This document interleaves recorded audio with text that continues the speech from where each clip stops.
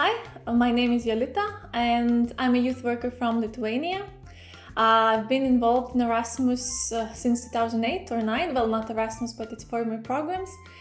As the participant at the beginning, then more active participant, becoming a group leader, volunteer at some point, and currently, as I mentioned, I'm a youth worker. Erasmus has had a significant part and impact on my life. And I'm very happy to share some knowledge and experience I gained in this video. As you know, every project starts with an idea, with some kind of thought, plan, dream, a suggestion, what you want to do in the future. And it seems as simple as that just have a project idea, just have an idea and go for the project, that's all you need, that's all it takes. And in a way it's true, you really need to have a nice idea, nice thought what you want to do, but it might become a bit more difficult when you want to put it into words, when you want to tell about your idea to others, to describe it, to explain it, or even worse, to put it into writing and give it to someone else to evaluate if you decide to apply for the project. Therefore, in this video, I would like to talk about a method, how to describe your project idea better. So in order, first of all, you understand your idea better yourself, you clarify, you specify what you want to do and it makes sense for you. And then it becomes easier to tell it to others, as well as to write the application form if you decide to do so. So let's start. And the method consists of 5 simple steps, more like 5 questions which you need to answer to yourself, to put it into writing. That's the best because then you can refer, and that's it. And these questions are what you want to do with your project, why you want to do it, how you're going to do it, what results you expect, and what's the impact you anticipate from your project. And let's start with the first one. So what? You have to be very careful, very honest and very specific. What do you want to do? You have to decide and visualize yourself very well in a very few sentences what you want to do with your project. And here, try to be very specific, no more than 1 sentence, like really, what do I want to do? Do you want to increase tolerance? Do you want to raise awareness or interculturality? Do you want to raise inclusion of fewer opportunities? Do you want to learn some specific skills that are on demand in labor market currently? Do you want to raise consciousness about the importance of recycling, for example? So this is the first step, write in a very few words, no more than a sentence, what you want to do. When doing so, be very realistic, obviously specific, realistic, and understand that most likely you're not going to change the world, but just your life, your friend's life, your community's life. So to say that, let's choose an example that you want to raise the consciousness about recycling. And what do you want to do is to introduce some kind of policy of recycling that you will adapt in a few partner countries, and then, as a good example, the whole Europe will follow you. And if you apply, for example, for the youth exchange, that might be a bit too challenging. Do you really can do this? Is it really good choice for the project to do it? Most likely not. It's a bit too much. It's a bit too ambitious, and even though it's a good will, it's a good intention to do so, but to create a policy to be adapted throughout Europe, it's simply too much.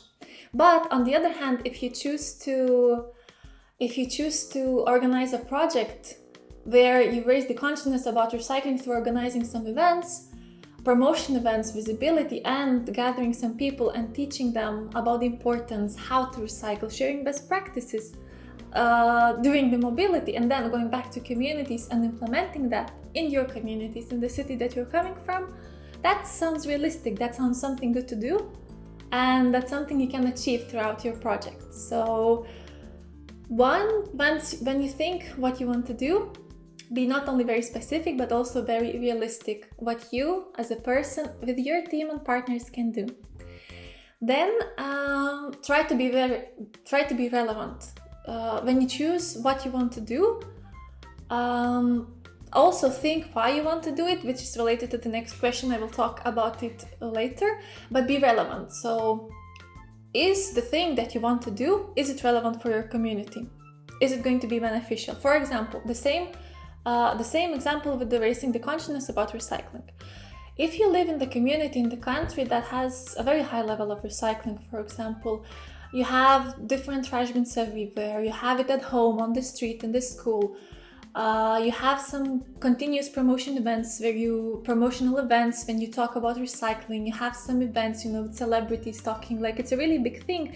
You have some, bonus system for people who recycle and so on. The project might be, not so relevant because you already are a very, very good level. People have a very good knowledge, you have a good practices. Maybe you can share it with the others, but what's the benefit of this project to you and to your community? So keep in mind that. And on the other hand, if you live in the community that doesn't have these things, you don't have the trash bins dedicated for recycling on the street, in the school, or at home. If recycling is something that you don't talk at all, it's something that seems very far away and only in the very advanced countries, or maybe just in the capital city, and you see that you could really benefit from that by telling people, by sharing how important it is and making the difference, then the project becomes much, much more relevant. So another thing to keep in mind. And the last thing is to be conscious time-wise. Again, it's related with being realistic and the project you want to do, but is it enough time to do what you want to do in the project period? If your project is 1 year, is it enough time? Is it okay? Do you have enough resources to do what you want to do in that 1 year? Is it too much time? Maybe you have planned just one activity, so what you will do the rest of the time. So be very cautious about this aspect as well. So to summarize, first of all, be very specific and clear what you want to do. Be very realistic if you can do it. Be conscious if the project is relevant to your community, if something that you want to do is really beneficial, urgent, and needed. And finally, keep in mind the time, that you choose the best means, the best methods, and the best maybe type even of the project to do what you want to do. So that's the first question. The second question that you should ask yourself, why you want to do it. Because to do the project only because it's fun, it's not enough. It is fun, it is nice, it is cool experience, but this is not the sole and only reason why we do it. So ask this question, why you want to do this project. And it's very related to what I discussed before. The project is relevant. If the project is relevant, it's already a good start that you have a good reason why you're doing it. And here, what you should do is to discover the need. What is the need in your community? What is the need of your friends, of your classmates? What is the need that you have and other young people in partner countries, because most likely it will be a partnership? What is the common need? What is the reasons why you want to do this project? And for example, I will give you now 2 examples how the project can be relevant but doesn't have a need behind, like a strong need, and when it's relevant and when it has the need. So it's very important that it's not only relevant but also has a strong supporting need and urgent need to address it, to do something, so for the project, for the better, for your community.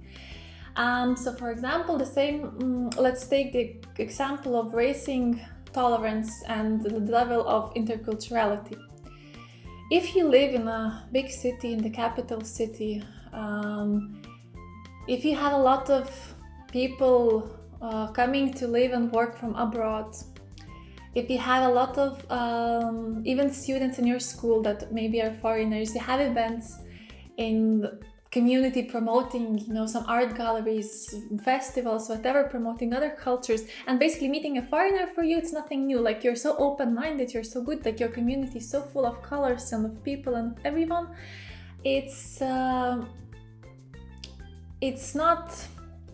it might be not, I mean, the project is still relevant because it is nice to meet other people, it is nice to discover other cultures, to explore more the relationships, the connections, but the need is not there. The people are anyway so open-minded, so interculturally aware, so welcoming and willing to express this interculturality. The project, I mean, there might be it is still relevant, but there might be not need under that. But if you live in a small town, in some very village that is far away, if you have a very highly monocultural community, if you have, I don't know, poor economic situation, for example, you don't travel, you don't have tourists, then the project is relevant, but it has much bigger need, much more urgent need, because those people, the young people, their parents, like if they don't raise their intercultural level, if they don't leave their comfort zone, like there are like clear effects, like negative effects for the future in their lives. They will be afraid to travel, to go to study, to meet people, to get a job, maybe like in the international companies. So it's like very similar topic, but just on the location it might be, for the ones it's really, really relevant and urgent, while for the other ones it's relevant but not so urgent. Or another example could be the same community, let's say. Now the difference was that we have different communities, the same topic of the project but different communities. Or for example, if you have the same community, the small community, small town, quite far away from the bigger cities, doesn't have good infrastructure, no tourism, like regular monocultural town, not so good economic situation and so on. And there's two project ideas. One is to raise creativity of young people through 3D printing. It's a very nice idea.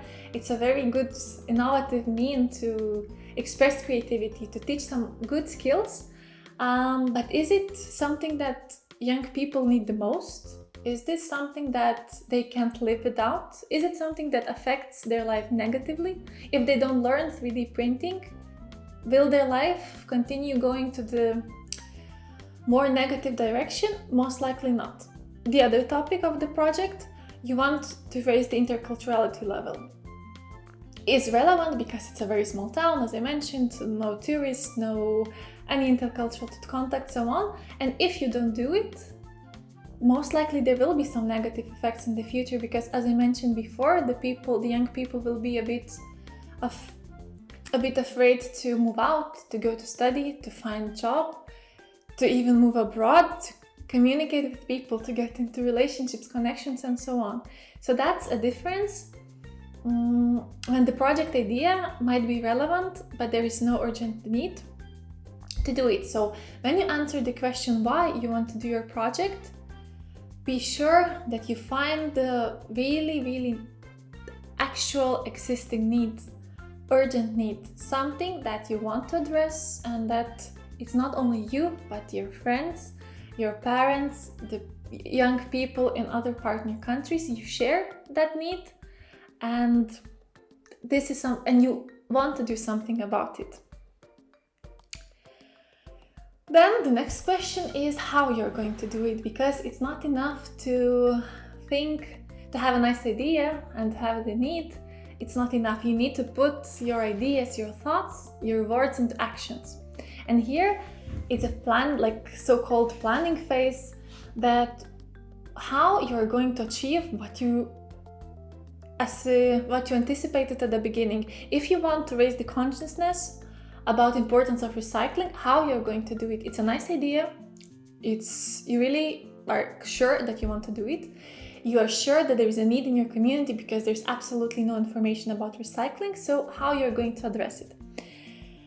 Here, there are a few things to bear in mind. First of all, if you decide to apply for the project, check which ideas and activities you can do, because there is a specific call for the project, and usually they have in most of the cases, they have some kind of already suggestions, activities, learning mobilities that you need to do in order to implement that kind of project. So check that what you want to do and how you're going to do it is on the same level and on the same page of the project that you're applying for.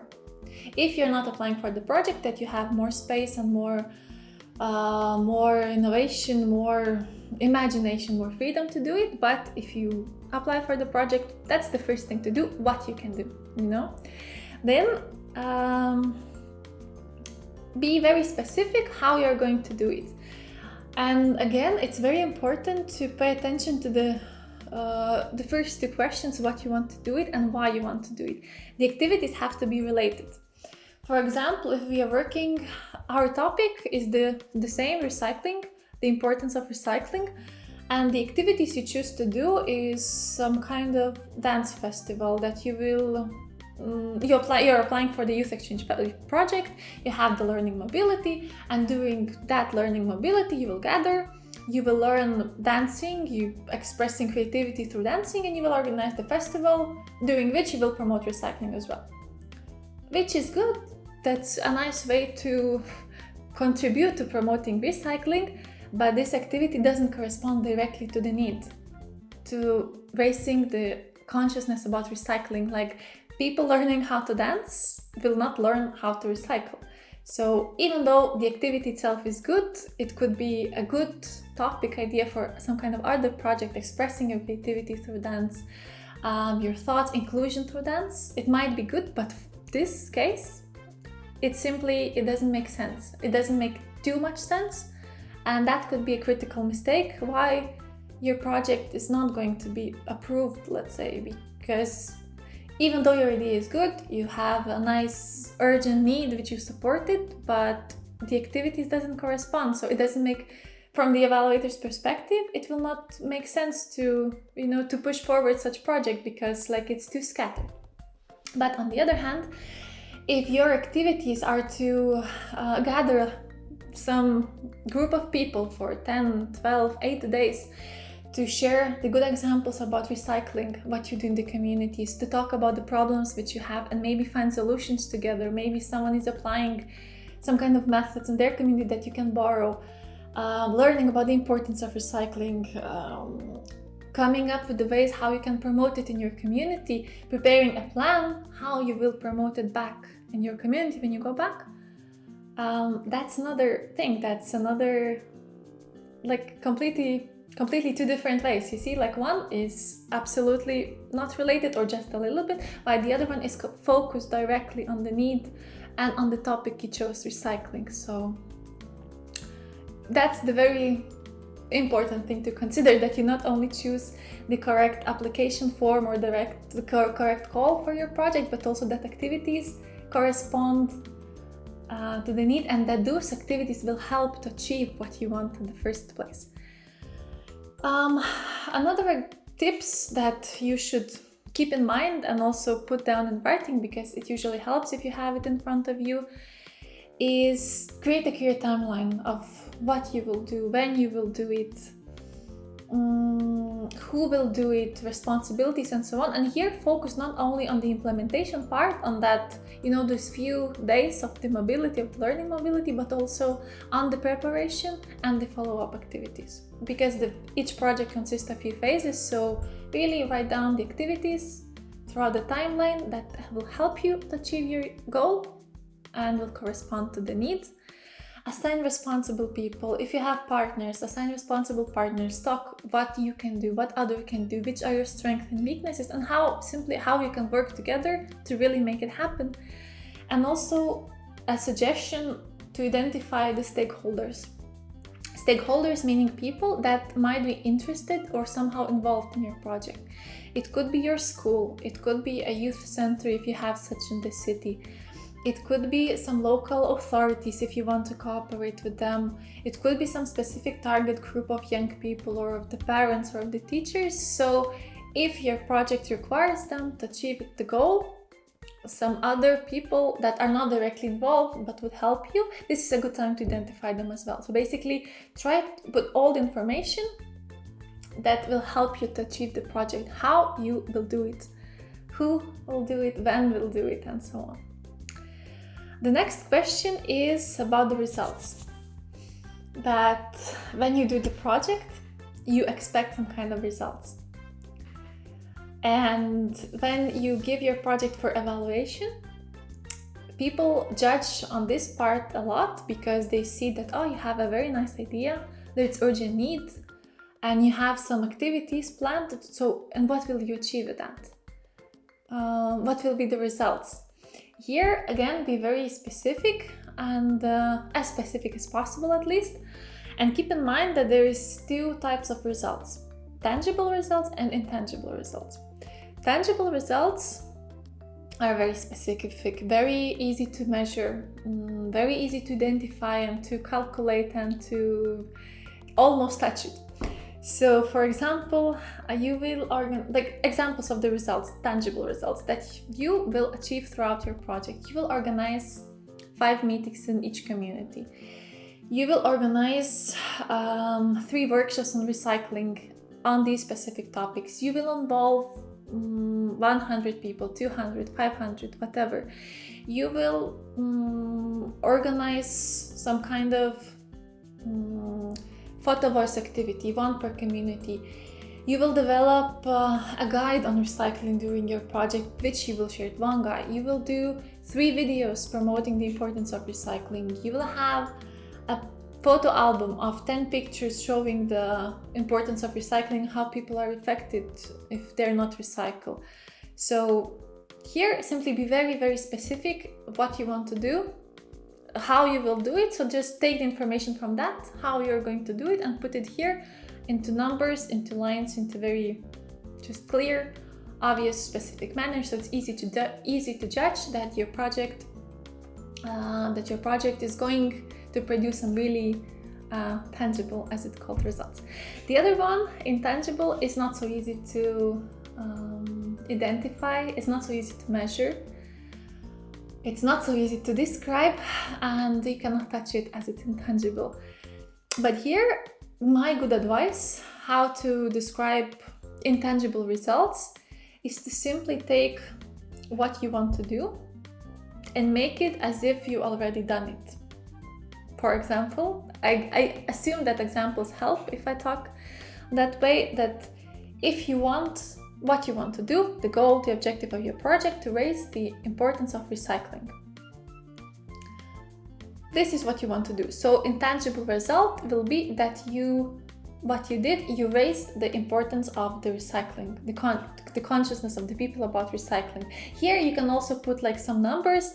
If you anticipate that you will organize 5 events, each event will gather 10 people, so it's like 50 people. So what is the intangible result? That 50 people will have their awareness raised about the importance of recycling. So that's the way to think. There could be more intangible results. Intangible results as well can go to the project team, how much they learn during this project, which competences they raised, communication, collaboration, group work, as well as about recycling. So here you just think what knowledge, what experiences you gain, what result that gives to you. And as I said, a good advice is to take what you want to do and rephrase it as if you already done it. So this is your result in the future, of course. And the last thing is the impact, which is even more difficult to describe, even more difficult to measure, more difficult to anticipate. And if at the very beginning I said to be specific, be very realistic, be very cautious, and like very strict, put it in numbers in a few sentences, here it's not so easy, because the impact might be, it's a very wide concept. The impact can be on different levels, on different target groups. So here just you have to anticipate what the impact you expect that your project will have. And I would want to give you some examples so it's a bit easier for you to describe it. So first of all, when you think about the impact, think about short-term and long-term impact. What will be the immediate impact after your project? Your project happened, what is the immediate impact? And what will be maybe in 5 years, in 2 years, in 5, in 10 years? So like time perspective, that's one way to think about the impact.